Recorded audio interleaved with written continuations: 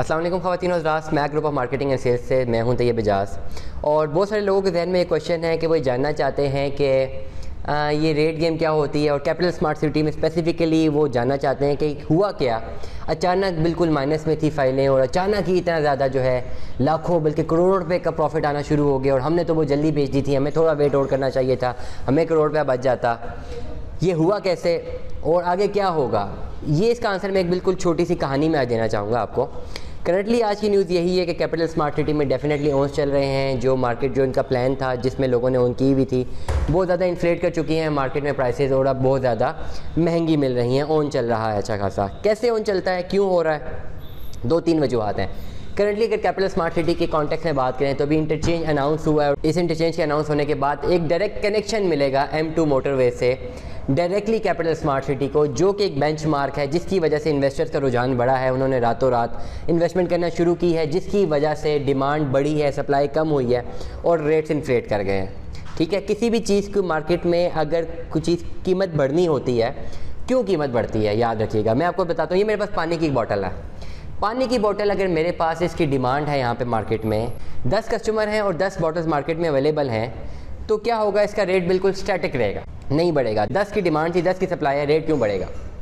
अब rate minus कब होगा, रेट माइनस तब होगा कि जब कस्टमर जो है 8 का है और अवेलेबल जो बॉटल्स हैं वो 10 हैं।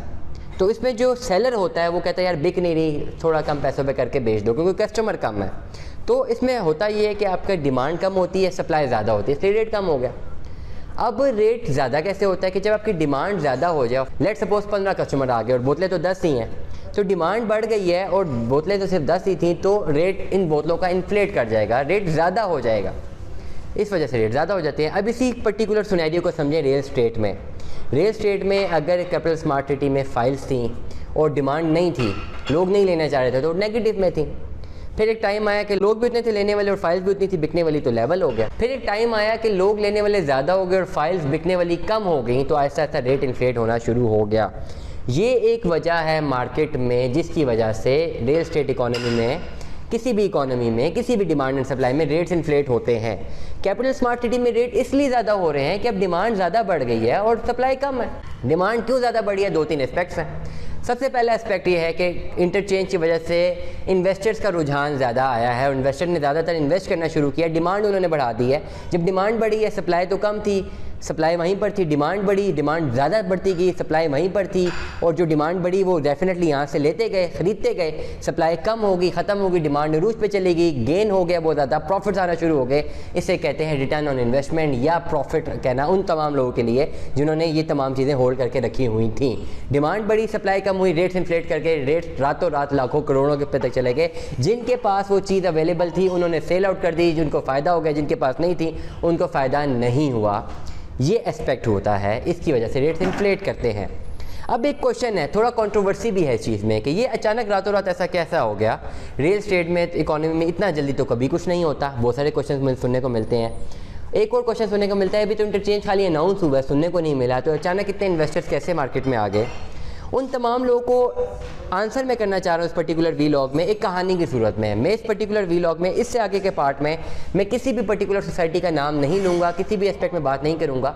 मैं एक जनरल कहानी सुनाऊँगा आपको, ताकि आपको समझ आ जाए। अगर रियल एस्टेट इकोनॉमी में किसी भी सेक्टर की हम बात करते हैं तो आप कह सकते हैं कि मैं बाइस्ड हूँ किसी भी सेक्टर में, किसी भी पर्टिकुलर सोसाइटी में, तो मैं बात ही नहीं करता उसमें। मैं बात करता हूँ जनरल कहानी की सूरत में, आपको बताता हूँ। कहानी की सूरत में अगर आपने समझना है रियल एस्टेट को, मैं अपनी एक कहानी देता हूँ कि मेरे पास प्लॉट्स हैं मार्केट में, बिक नहीं रहे। मेरे पास 100 प्लॉट है, बिक नहीं रहा। फॉर एग्जांपल मेरी अच्छी ज़रूरत है कि मैंने उन प्लॉट्स को बेचना है और प्रॉफिट्स में बेचना है। उसमें मेरे कोई भी एस्पेक्ट्स हो सकते हैं। मैं चाहता हूँ कि बिक जाए मेरे प्लॉट, आधे प्लॉट बिक जाए, मैं कंस्ट्रक्शन करवा लूँ। नेगेटिव और पॉजिटिव मेरे कोई भी एस्पेक्ट्स हो सकते हैं, मेरी कोई भी नीयत हो सकती है। लेकिन करंटली मेरा ये सबसे बड़ा ख्वाब है कि मेरे 100 प्लॉट बिक जाएँ किसी तरह, मुझे इनको बेचना है। अगर तो 100 प्लॉट का 100 कस्टमर मेरे पास है तो फिर मुझे टेंशन लेने की ज़रूरत नहीं है, बिक जाएंगे। अगर 100 प्लॉट का 80 कस्टमर मेरे पास पड़ा है तब भी मुझे टेंशन लेने की ज़रूरत नहीं है। लेकिन अगर 100 प्लॉट का मेरे पास सिर्फ 10 या 20 कस्टमर पड़ा है, प्लॉट मेरे पास 100 है, तो मुझे ज़रूर टेंशन लेने की ज़रूरत है। अब मुझे इस पर्टिकुलर पॉइंट में बहुत ही बेसब्री से इंतज़ार है एक आउटलायर का, एक ऐसे बंदे का जो मेरे साथ जुड़ जाए और उसके पास बेतहाशा पैसा पड़ा हो, वो अपना पैसा फ्लोट कर दे मार्केट में और मेरे प्लॉट बिक जाए।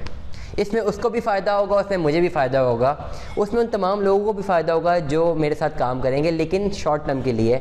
लेकिन इसमें नुकसान उन तमाम लोगों का होगा जो कि लालच में आते रहेंगे और रॉन्ग डिसीजन मेकिंग करेंगे, गलत टाइम पे गलत फ़ैसला करेंगे। फ़ैसला करने वाला, गेम क्रिएट करने वाला, मोनोपोली क्रिएट करने वाला तो मैं खुद हूँगा या मेरा वो आउटलायर होगा। मैं जब चाहूँगा मार्केट ऊपर ले जाऊँगा, मैं जब चाहूँगा मार्केट नीचे गिरा दूँगा। मैं जब मार्केट ऊपर रखूँगा मैं अपना फ़ायदा निकालूंगा, जब मुझे अपना फ़ायदा मिल जाएगा मैं मार्केट गिरा दूँगा और लॉस उस बंदे को हो जाएगा, उस फोर्थ पार्टी को हो जाएगा जिसको इस गेम की समझ ही नहीं थी, वो लालच में आ गया। होगा क्या, मैं ये कहूँगा एक आउटलायर को कि भाई आप मार्केट में आएँ और मेरा 100 प्लॉट ख़रीद लें। उसको पता है उसने क्यों ख़रीदना है और कैसे ख़रीदना है। वो ये करेगा कि मार्केट में आते साथ ही 100 का 100 प्लॉट ख़रीद लेगा मुझसे, मुझे ही पैसे देकर मेरी प्लॉट मुझसे ही ख़रीद लेगा। फॉर एग्जांपल शायद वो सारा का सारा पैसा भी मेरे पास ही पड़ा हो। 100 के 100 प्लॉट जब मार्केट में बिक जाएंगे तो वो अवेलेबल कोटा बिक गया, मैंने तो उनको बेच दिया, उन्होंने ख़रीद लिया। अभी 100 प्लॉट मैंने बेच दिए तो जो 20 लोग थे प्लॉट लेने के लिए, उनकी तो डिमांड थी ना, उनको तो 20 प्लॉट चाहिए थे। लेट्स सपोज 10 ने प्लॉट ले लिए थे, 10 ने नहीं लिए थे। अब वो जो 10 के पास प्लॉट थे और 10 लेने वाले थे, अब क्या करेंगे, वो बेचने वाले अपने रेट बढ़ाएंगे कि यार अब तो मार्केट में प्लॉट है ही नहीं, हमारे पास ही है, तुमने लेना है तुम हमसे ले लो। रेट आहिस्ता आहिस्ता इंक्रीज़ करता जाएगा और इंक्रीज़ होने के बाद वो 10 लोगों को बेच देंगे जिनके पास प्लॉट थे। फॉर एग्जांपल 10 लोगों के पास प्लॉट थे, 10 के पास नहीं थे, उन 10 ने उन 10 को बेच दिया, प्रॉफिट में बेच दिया। अब नए ऑनर हो गए, वो फोर्थ पार्टी होगी, उन्होंने प्रॉफिट में ले लिया प्लॉट, इनका जितना प्रॉफिट होना था ये लेके साइड पे हो गए। अब गेम यहाँ से स्टार्ट होगी। अब यहाँ पे करना क्या है रियल एस्टेट इकोनॉमी में, होगा ये, जो भी आउटलायर है जो कि इस गेम को या मोनोपोली को, इस ओन गेम को समझता है, वो करेगा क्या, वो करेगा ये कि मार्केट में मज़ीद डिमांड को जनरेट करेगा। सप्लाई तो ख़त्म हो गई है, जो थोड़ा बहुत था वो भी बिक गया, मज़ीद डिमांड जनरेट होगी, मज़ीद डिमांड आती रहेगी। अब जब मज़ीद मार्केट में डिमांड आएगी तो जिन उन 10 लोगों ने लिया था उनके पास 2 चॉइसेस हैं, थोड़ी बहुत डिमांड आई, प्रॉफिट लिया, बेच दिया, साइड पे हो गए।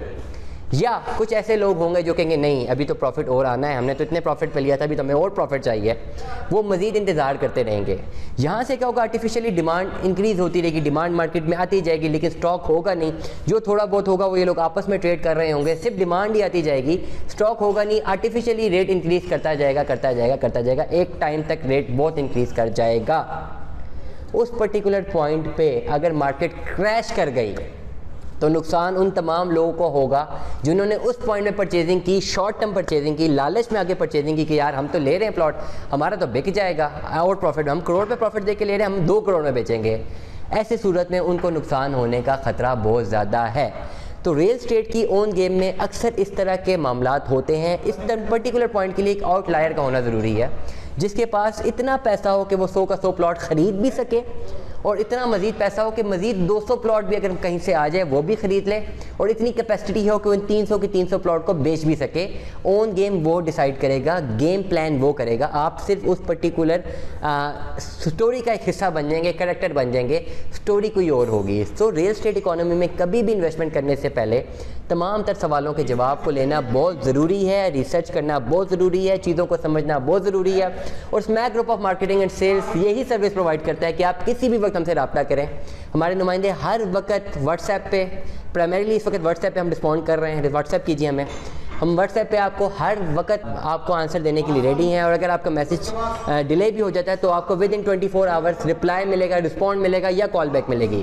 तो रियल एस्टेट इकोनॉमी में इन्वेस्ट करने से पहले ज़रूर हमसे ज़रूर हमारी इन्फॉर्मेशन ज़रूर हमारी रिसर्च पे बेस्ड जो हमारा डाटा है, जो हमारी एडवाइसेस हैं, ज़रूर हम पे सुन लीजिए एक दफ़ा, फिर इन्वेस्टमेंट कीजिएगा। हम आपको बेहतरीन गाइडेंस देंगे, चाहे किसी भी हाउसिंग सेगमेंट में हो, पूरे पाकिस्तान में कहीं पर भी हो, उसका स्वॉट एनालिसिस हम आपको ज़रूर बताएंगे। So Smack group of marketing and sales से तैयब एजाज को सुनने का बहुत बहुत शुक्रिया। दुआ में याद रखिएगा, अपना ख्याल रखिएगा। Stay tune with us. अल्लाह हाफिज़।